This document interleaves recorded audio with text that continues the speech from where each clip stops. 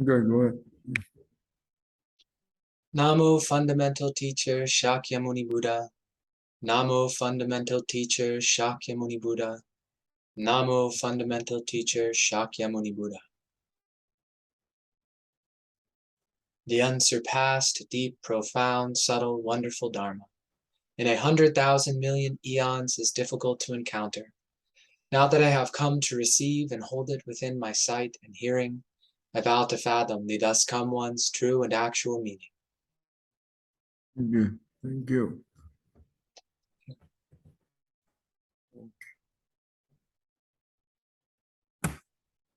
Um,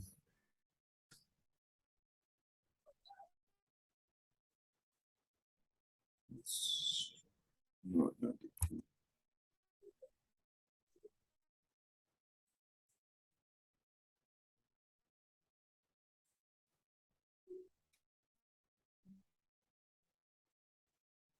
last time we learned about the value of precious bodhicitta is so difficult to find. Right? Uh, um, okay.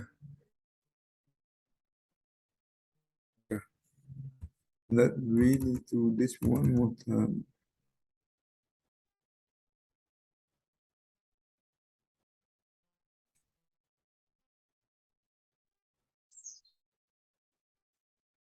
Okay, let's do this one more time. Okay. What? Cultivating all the good Dharma without resolving the Bodhicitta is the work of demons. The main door to enter the way, resolving the Bodhicitta, is foremost. For the urgent practice, making vows is the first of all. The establishing vows may be the way to liberate the sentient beings. The Bodhicitta is resolved that the Buddhahood may be attained. If we do not generate a vast mind, do not establish steadfast vows, then even we have undergone uncountable lifetimes as much as sands in the Ganges River, we still stuck in the samsara cycle. Even if we have cultivated diligently, it's just a waste of hardship practice without any benefits. Therefore, in the Adornment Flower Sutra, it's stated, cultivating all the good Dharma without resolving the Bodhicitta is the work of demons. Just forgetting resolving Bodhicitta when doing good deeds gives us no benefits. If we have not yet resolved Bodhicitta, there is no need to say. If we need to learn the Buddha vehicle, then first we must generate the Bodhisattva's vows to practice the Bodhisattva path without further delay. The book of Encouragement of Resolving Bodhicitta was written by Venerable Tenam. Okay, so what do you understand from here? That the intention for our deeds is decisive, and that bodhicitta is the intention that leads to Buddhahood, not just for oneself, but for all living beings. So that if we have not cultivated bodhicitta and we set out to practice good actions, well, then our motivation is not for the benefit of all living beings. And if it's not for that, what is it for? If it's for something else, then at some point it will fail us. Because like if we're gonna fly to outer space, we need jet fuel. We can't use car fuel.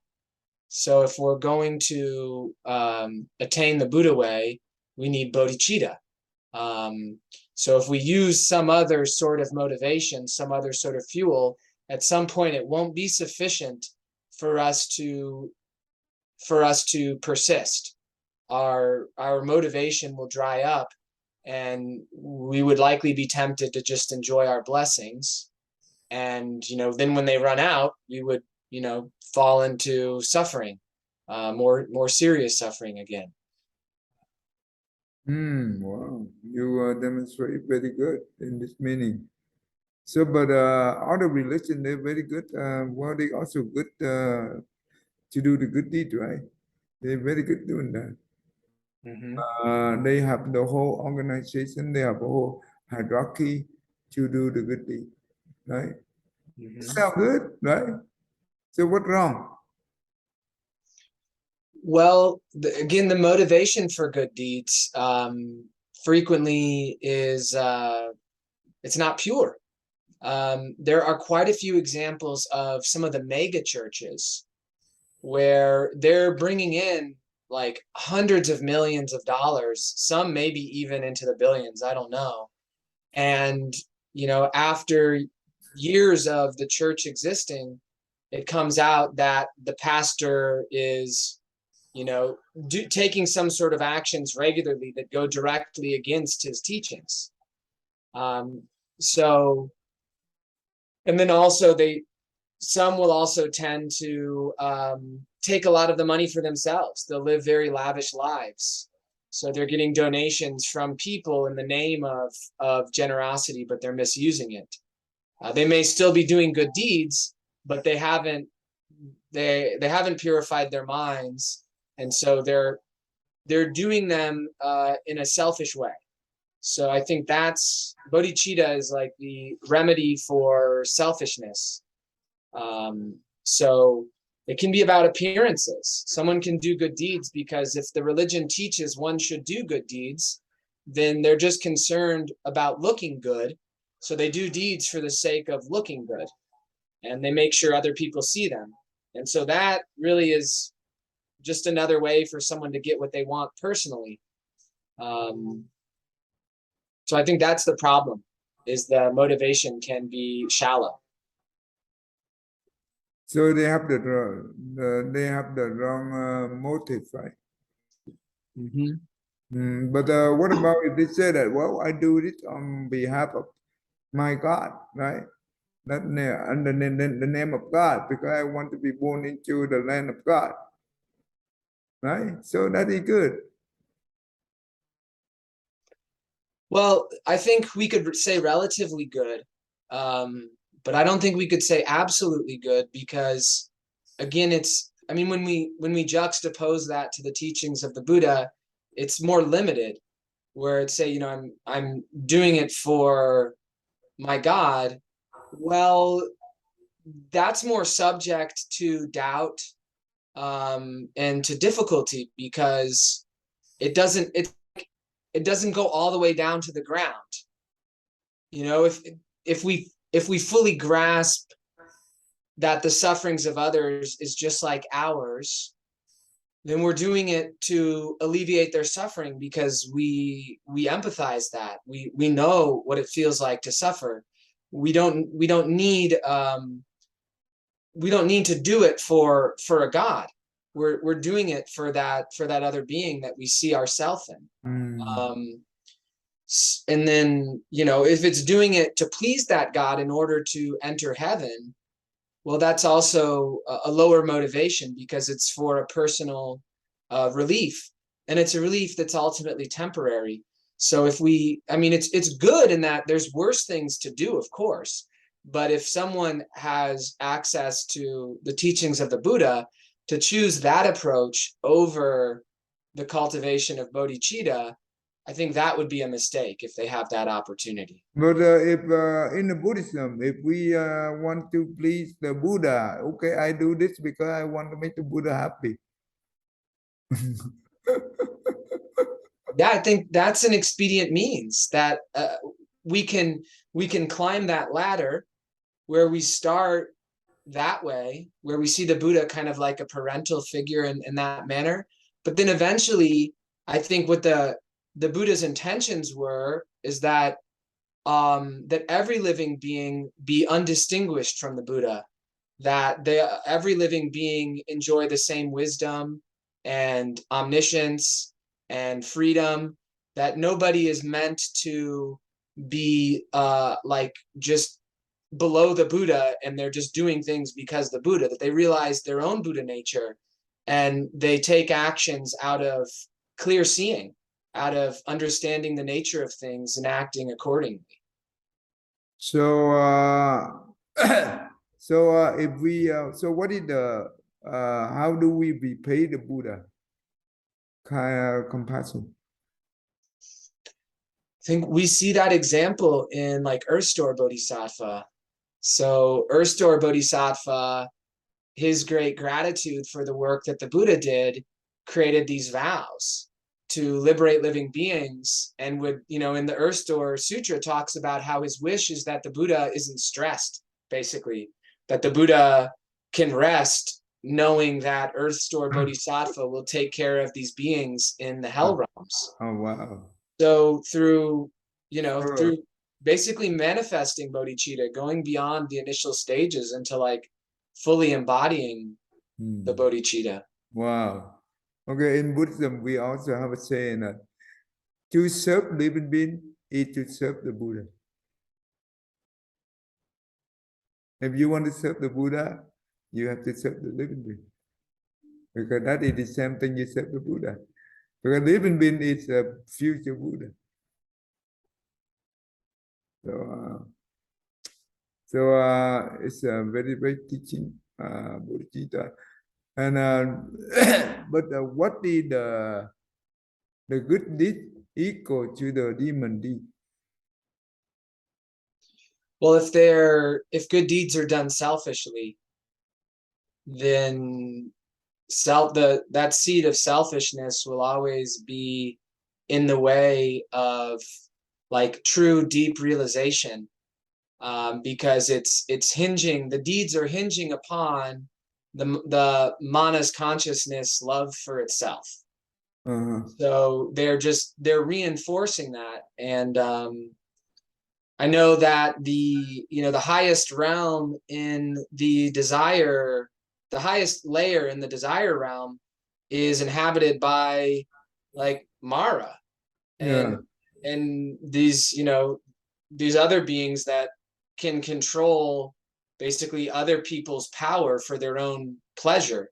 So to be there, they did a lot of good deeds, but they like did good deeds manipulatively in order to like seek pleasure and avoid pain. And at some point, that I don't think that balance can maintain forever, because it has a residue where if they're just looking for themselves, they're going to also pile up negative karma, because they're going to be doing things that hurt other people. And maybe it won't catch up to them for a while, but if their intention is to instead of benefiting other people, to benefit from them, then eventually they have to fall. I would think they couldn't stay in the higher realms.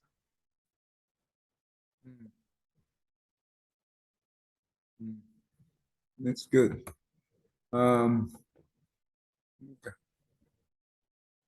So we read this one already, and we okay. I think we read it long time ago, but it's worth it to read one more time, maybe to see. Okay, go ahead, William. In the Adornment Flower Sutra, Chapter 17, the merit and virtue from first bringing forth the mind. At that time, the heavenly ruler Chakra asked Dharma Wisdom Bodhisattva, disciple of the Buddha, what is the measure of the merit and virtue attained when a Bodhisattva first brings forth the Bodhi mind? Dharma Wisdom Bodhisattva said, this principle is deep and profound. It is difficult to express and to know.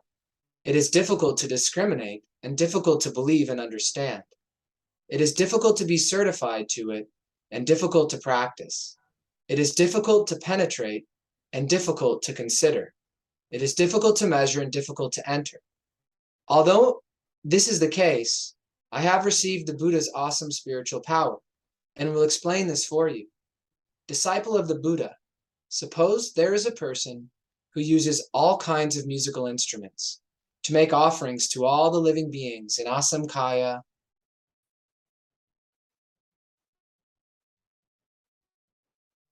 world systems in the East, doing so for one kalpa. And afterwards, he teaches those living beings to purely hold the 5 precepts. Then he does the same in the south, west, north, the intermediate directions, above and below. Disciple of the Buddha, what is your opinion? Does this person have much merit and virtue? The heavenly ruler Shakra said, Disciple of the Buddha, only the Buddha can know this person's merit and virtue. All others are unable to fathom it. Dharma Wisdom Bodhisattva said, Disciple of the Buddha, this person's merit and virtue, when compared with the merit and virtue of the Bodhisattva who has first brought forth the mind, does not equal 100th part of it, nor 1,000th part, nor 100,000th part, and so forth up to the point that it does not equal 100 millionth part, nor a billionth part, nor 100 billionth part, nor a trillionth part, nor a niuta 100 millionth part, nor a billionth niuta part, nor 100 billionth niuta part, nor a trillionth niuta part, nor a numerable part, nor a calendth part, nor a calculable part, nor an analogical part, nor even a part in an Upanishad part. It does not reach even the smallest part. We'll stop right there. What do you think? What did Buddha try to what the Dharma wisdom try to demonstrate? Well, so the Bodhisattva that's brought forth the Bodhi mind is established in Bodhicitta.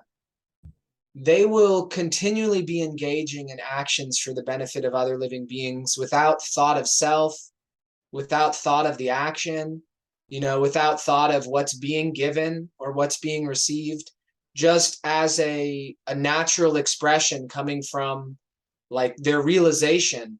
Because I think when we are established in bodhicitta, it seems that it's not so much that we've built something up, but it's that we've realized a fact. We've realized something about the nature of things.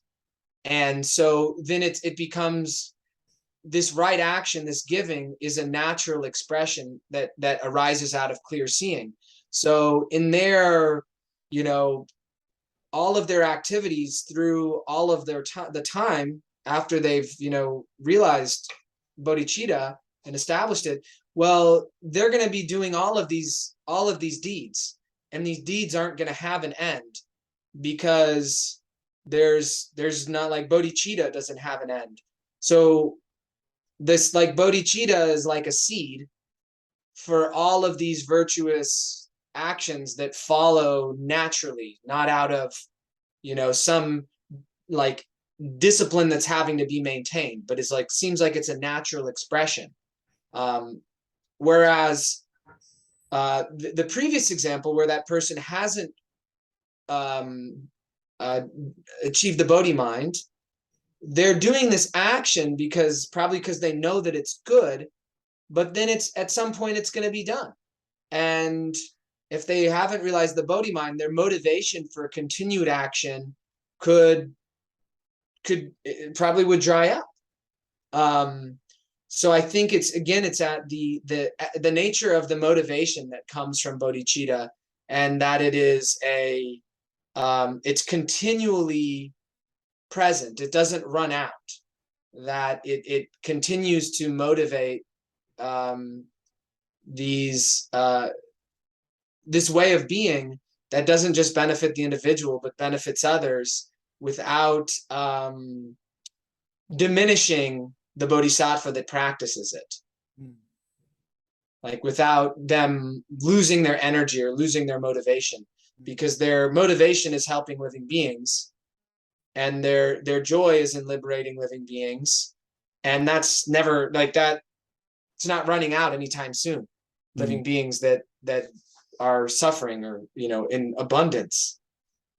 Let's say that a teacher, right, when they teach even 1,000 students, but if one of the students be able to carry his teaching and move on and continue on his mission, you think it's worth it?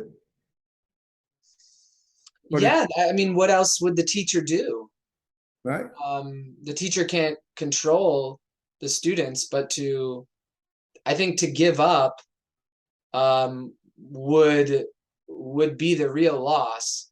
Well, no. Actually, all the students is also very good. They also are very succeed, but they are not have the same the mindset, the manner, like the teacher. But only one of them, of the student, have the same mindset.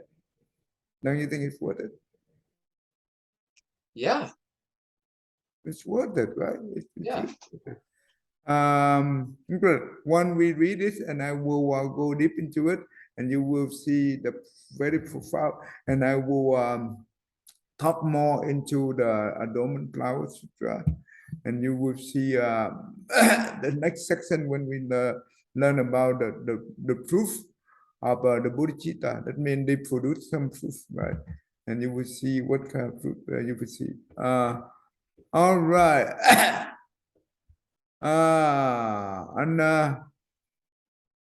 And Wooka, are you there?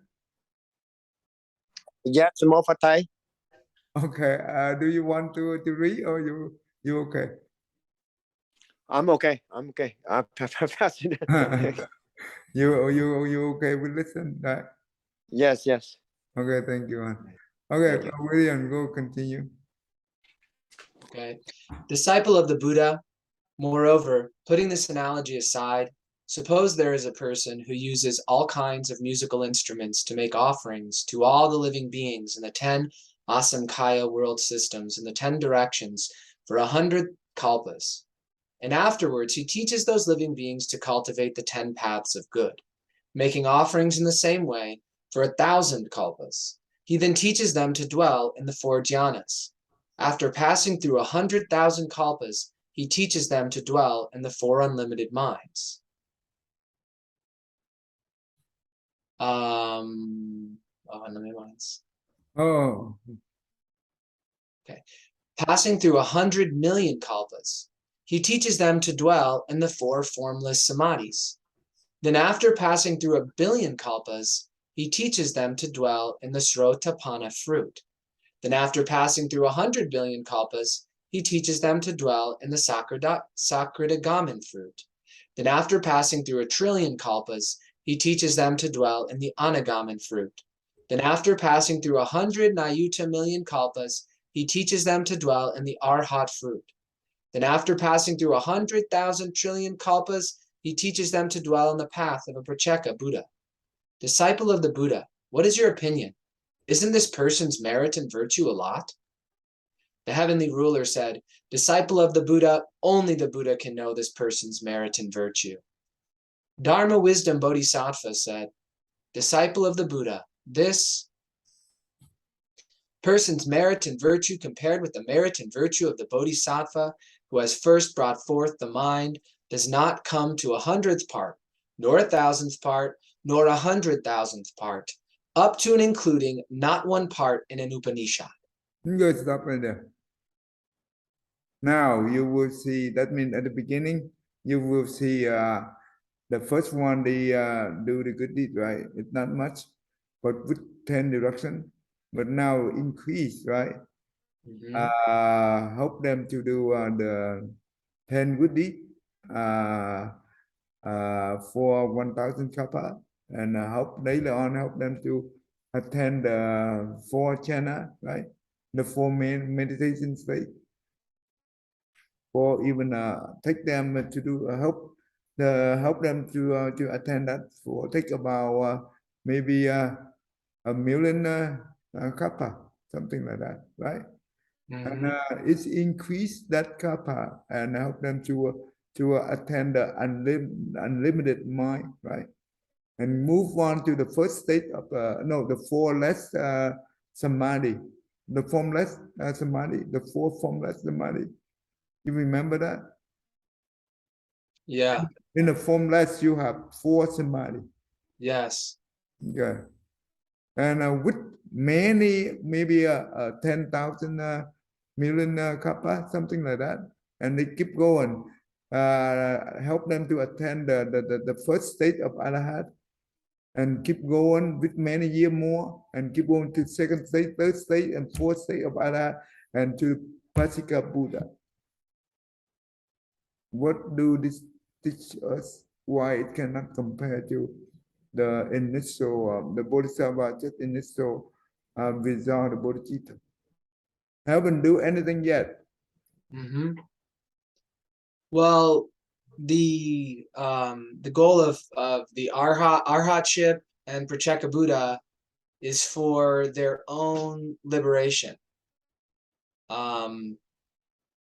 It seems though that once they achieve that in a future life, then they'll eventually turn towards the Bodhisattva practice. But in this, it seems that he's making the point that the Bodhisattva way, which rests upon bodhicitta, the liberation of the suffering of living beings, is far more a virtuous activity because it's not geared towards liberating oneself first.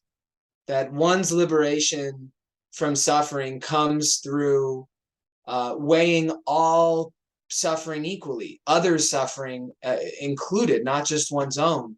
So to set out on the path that way, it's like it seems like a huge shortcut if one is able to, because like in the Lotus Sutra, in the 3rd chapter, the burning house, where the Buddha says, I have these different carts outside in order to get his sons to exit the house. But then once they're outside of the house, he gives them their true reward. But he was just telling them what they needed to hear so that they could get out of danger. And, the true reward being the Buddha way. And so if one can see the value from the start, if one can see the value of compassion, of replacing others, replacing oneself with someone else, then that intention is in a deeper alignment, a deeper resonance with the Buddha way. And then, from it flows all of the virtual actions naturally. So let's think about this. If we teach someone and we start out with step by step and very concrete, right, in detail, step by step, it will take a lot of time, right, to build a foundation. But instead of that, if we have the very good skill set, and we be able to help them in teach them with the just like you said, shortcut, right? But it means that they help them to learn quickly and understand quickly, so they can be able to succeed in the quick way and also in the highest way. So which one is better? So the second technique is more better. But the second technique needs to have what? Wisdom. And also have a lot of skillful mean, right, to do it. It's not easy. But the one with the first teacher, they do not have a lot of skillful mean. And they do not have a lot of wisdom to be able to do that. They only go by technical, more technical than instead of the profound teaching. That is the big difference between the Theravada teaching and also Mahayana teaching. Right there. So just like the affliction, right? And the happiness, right? They are just like the two sides of the hand, right? If you be able to see the affliction and you be able to realize that affliction is just an illusion, right? And you'll be able to contemplate on the you'll be able to understand that all this affliction is in the Arya consciousness, and also the most troublesome one is the mana consciousness, right? If we understand the trouble maker, right, and we just attack on that thing, instead of we work step by step and to reach there. Just like when the warrior, the general, they in the battlefield. If they know the commanding center, right? They can attack that commanding center at one shot instead of they have to go how to how, field to field in order to get there. So it will take a while, and they will lose. That means they will have to put a lot of effort as well. They will lose a lot of men and power before they get there. So the same thing, right? If we understand in Buddhism, we learn about the eight consciousness. We also understand that the Araya consciousness is the one holding all these things, right? The affliction. And the mana consciousness is the one that causes us a lot of trouble, because they call it emotional affliction. And now we know the way how to deal with this thing. Then that means we will go direct to it, instead of we work step by step, like practice the 10 good deeds, practice here and there. So that I think that will make more sense, don't you think? Mm-hmm. So that's why it's required. But the teacher, before they practice the spiritual paths, they have the motive only want to benefit that much. So they already limit them, said, right? But if the Bodhisattva, they are the one who have the right motive. That means the Bodhicitta. That means all they want to do is to liberate all living beings, not some living being, all living beings. That is the difference. Because to them, the subsist the living being happiness is their happiness. That's important.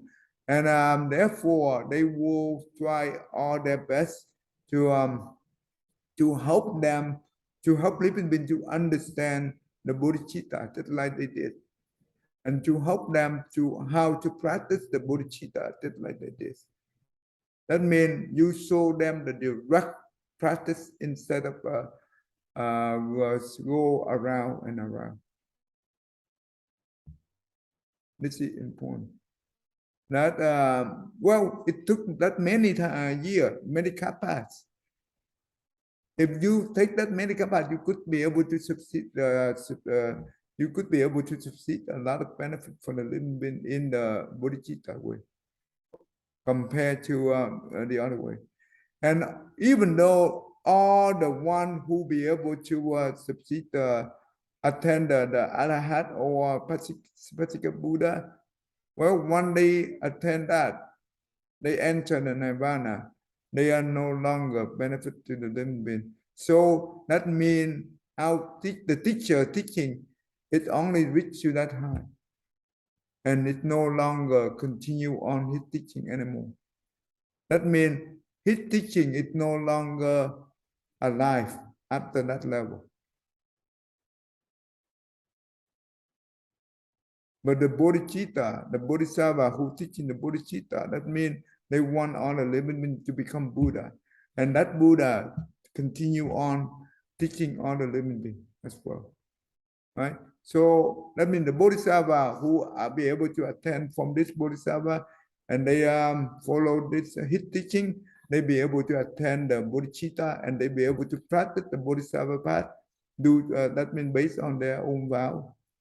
And that means the Buddha teaching always continue endless. There is no stop. Therefore, the blessing of the first of the example here cannot compare to the initial Bodhicitta. because it's continuing endlessly. Okay. So that's important. I think it's okay.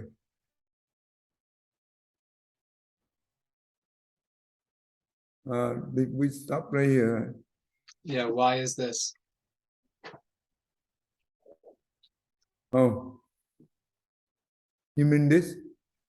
I think we stopped at why is this? Yeah. Okay. Why is this disciple of the Buddha? Go on.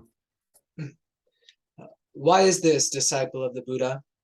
When all Buddhas first bring forth the mind, they do not do so merely for the sake of making offerings to all kinds of musical instruments, to all the living beings in the Asamkhaya world systems in the 10 directions. Doing so for 100 kalpas up to and including 100,000 ayutta million kalpas. They do not bring forth the Bodhi mind merely to teach all of those living beings to cultivate the 5 precepts, the 10 paths of good karma, or to teach them to dwell in the 4 jhanas, the 4 unlimited minds, the 4 formless concentrations, or to teach them to attain the Srotapana fruit, the Sakratagamin fruit, the Anagamin fruit, the Arhat fruit, or the Pacheka Buddha path. But it is for the sake of causing the seed nature of the thus come ones to never be cut off. It is for the sake of pervading all world systems. It is for the sake of crossing over and liberating the living beings in all the world systems.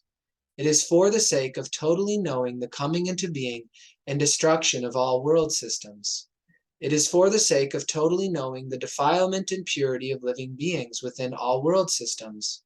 It is for the sake of totally knowing the purity of the self-nature of all world systems. It is for the sake of totally knowing the likes, afflictions, and habits in the minds of all living beings. It is for the sake of totally knowing how all living beings die here, are reborn elsewhere. It is for the sake of totally knowing all living beings' roots and expedient methods. It is for the sake of totally knowing the activities in the minds of all living beings. It is for the sake of totally knowing all living beings' wisdom in the 3 periods of time, and it is for the sake of totally knowing all Buddha's state of equality that they bring forth the unsurpassed Bodhi mind. So Yes. Oh, sorry. go ahead.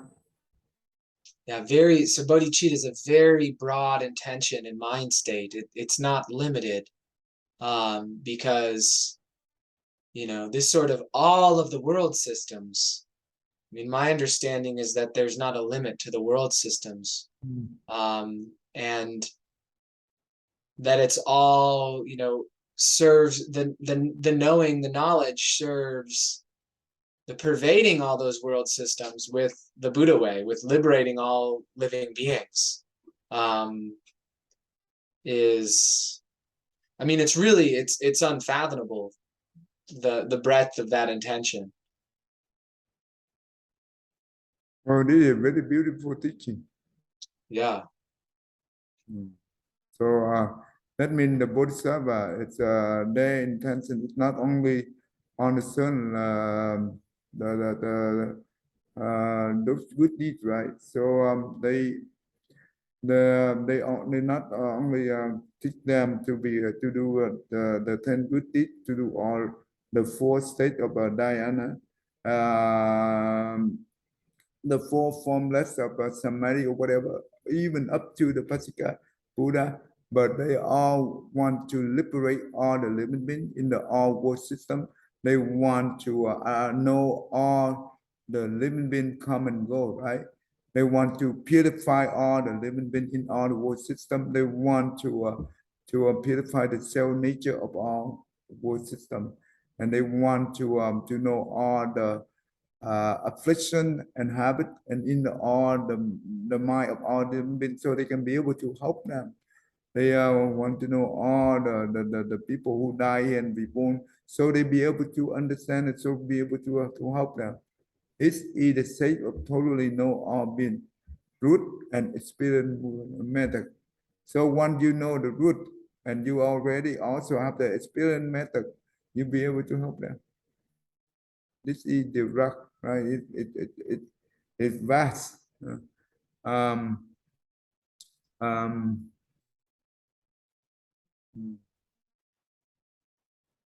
okay.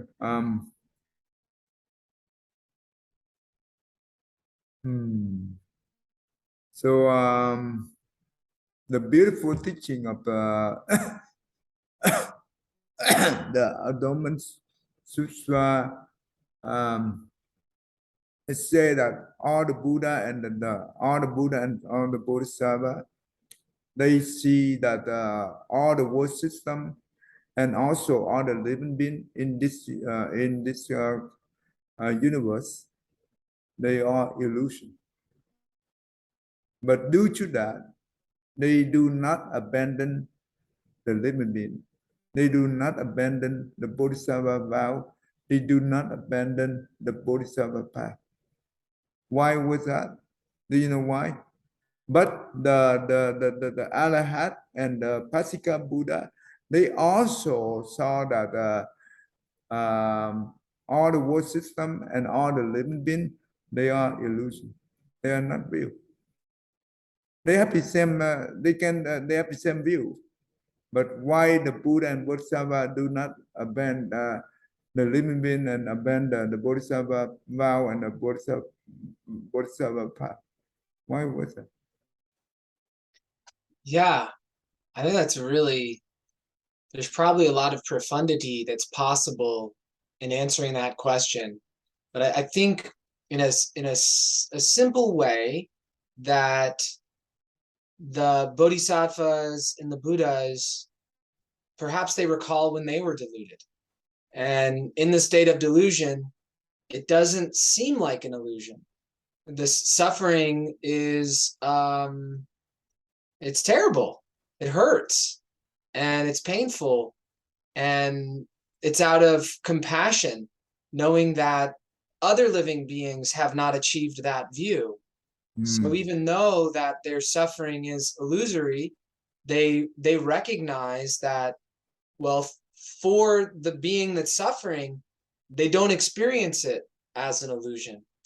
And I think, they also recognize the lack of true separation between living beings, like an ultimate separation, that everything essentially is unified, so that other person's suffering is no different than their own, that they set out on the path partially motivated by their own suffering, but if they'd achieved Buddhahood, certainly at some point realizing the deeper motivation of the Bodhi mind and to take on the path for all living beings.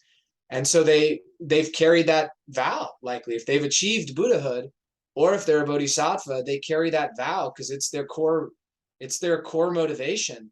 So to stop at themselves, I think, in a sense, would have to still be a degree of delusion, because there would still be an idea of self, an idea of other. My suffering mattered because I experienced it. These other people's suffering doesn't matter because my experience now is that it was an illusion. If that thought process is looked at closely, then we'd see, well, okay, well, before my suffering was an illusion, before when I suffered, it mattered. So for other people that haven't achieved the Arhat state, well, then to them, their suffering matters. So how could I be compassionate towards myself and extricate myself from suffering, benefiting from the Buddha's teachings, but not wish that for someone else? It would seem to be that there would have to be some sort of subtle distinction still present in the mind that weighted one's personal experience higher than the experience of other, which is baffling, because the state of Arhat is that the sense of self should be dissolved entirely. So I think that's why I say, I think in that answer, there is something much more profound than I'm able to currently express. Okay, good. But did you hit some of the very core teaching of the Buddha? That's correct. In the Adornment Flower Sutra, the Buddha said very clearly. Yet the Buddha and the Bodhisattva see all the world system and the living being as the illusion. But the living being do not see themselves as the illusion. Therefore, they create a lot of bad deeds. Does it make sense? Therefore, they suffer because they do not have the same state of the Bodhisattva and the Buddha yet. So that is out of the compassion of the Buddha and the Bodhisattva. So they generate the Bodhicitta and they make the vow and they practice the Bodhisattva path to make sure that all the living beings be able to attain the state that see all things illusion and be able to attain the state that they are really attain that so they no longer suffer. But so the Arhat and the Pacceka Buddha is different because they see that everything is illusion, but they did not acknowledge the living being. They are not yet see illusion. You know what I mean? And they only care about themselves. And they also afraid of going back to the samsara to liberate the living being because they afraid that they will be affected by those. That's why the Bodhisattva and the Buddha, the hearing nature, the seeing nature, they can hear all the sound at the same time. But the sound do not purify their hearing nature. That makes sense. The same thing, they can see all the things at the same time, but those things is not purify their seeing nature. The Arhat and Pacceka Buddha do not have this attainment. Because why?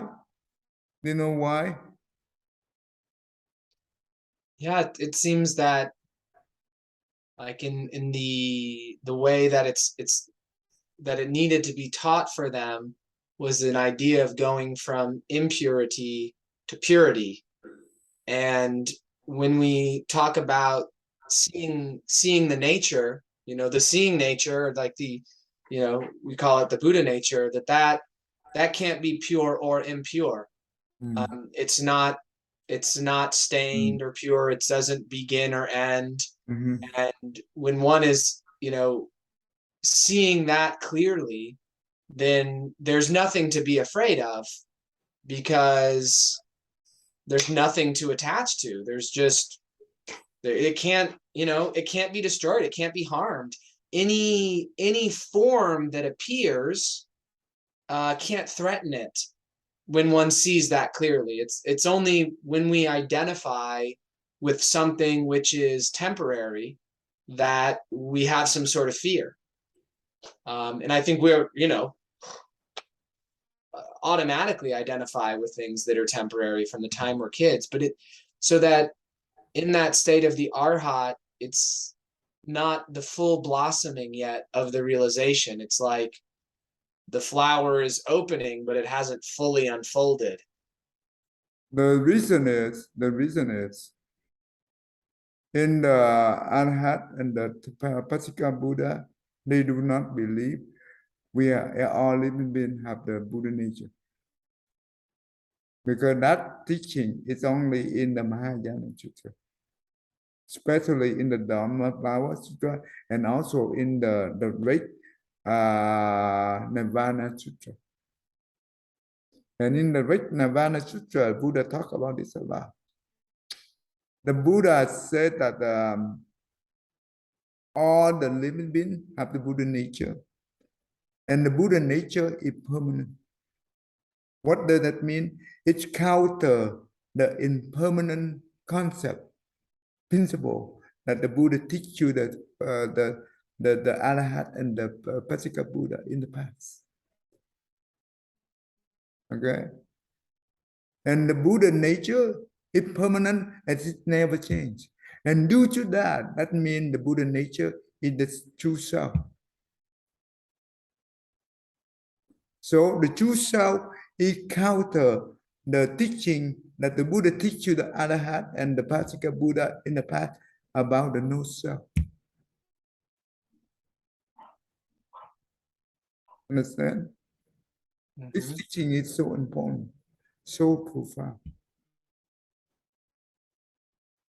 And the third one is the Buddha teaching about the Buddha nature. It's because it's permanent. It have two self. Therefore, it have two joy. Two joy. That counter the suffering that the Pacceka Buddha and the Arhat see. The suffering from others, right? So when we dwell in the Buddha nature, we don't see impermanent, we don't see no self, we don't see suffering. And also, the Buddha nature is pure, very pure. Therefore, it counters the impurity. This is the profound teaching, only in the great Nirvana Sutra.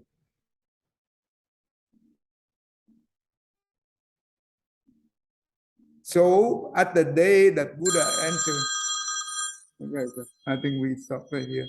I think my master called me. Hello? Mà chuẩn bị xong.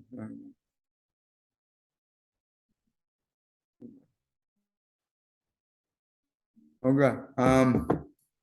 So this is a very important teaching.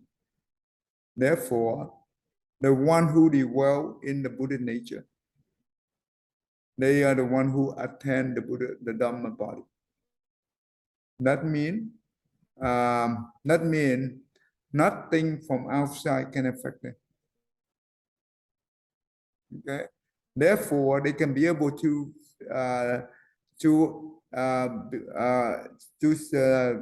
go back to the samsara cycle and to liberate the living being without problem. But the Arhat and Pacceka Buddha cannot do that because they are not attend this level yet. Okay. All right. So does it make sense to you? Yes.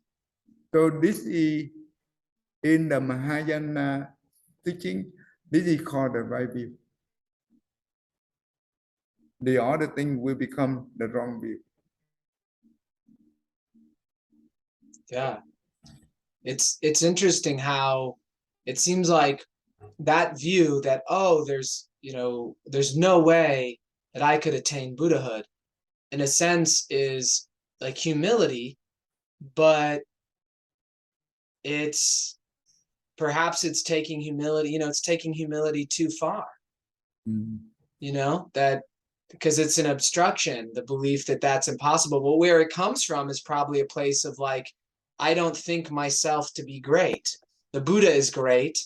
How could I ever do that? Like, I watch a ballerina, like a male ballerina, like that's amazing. I could never do that. Well, I guess if I really put my mind to it, I could. But that just sort of mind state. It's interesting. Okay, so we continue on. I think that is very interesting ending right there. So we will discuss about this more next time. Just remind me. So I will go deep into it. So make sure we understand this is the beautiful teaching of the Mahayana Sutra. Okay? So that's what the Bodhicitta really help us to attend. Without Bodhicitta, you cannot attend this thing, right? Go ahead, William. May every living being, our minds as one and radiant with light, share the fruits of peace with hearts of goodness, luminous and bright. If people hear and see how hands and hearts can find in giving unity, may their minds awake to great compassion, wisdom, and to joy. May kindness find reward. May all whose sorrow leave their grief and pain. May this boundless light break the darkness of their endless night. Because our hearts are one, this world of pain turns into paradise. May all become compassionate and wise. May all become compassionate and wise. Thank you. Wow, today we have a wonderful discussion, I think. Yeah, that's great. Thank you. Thank you. See you next week.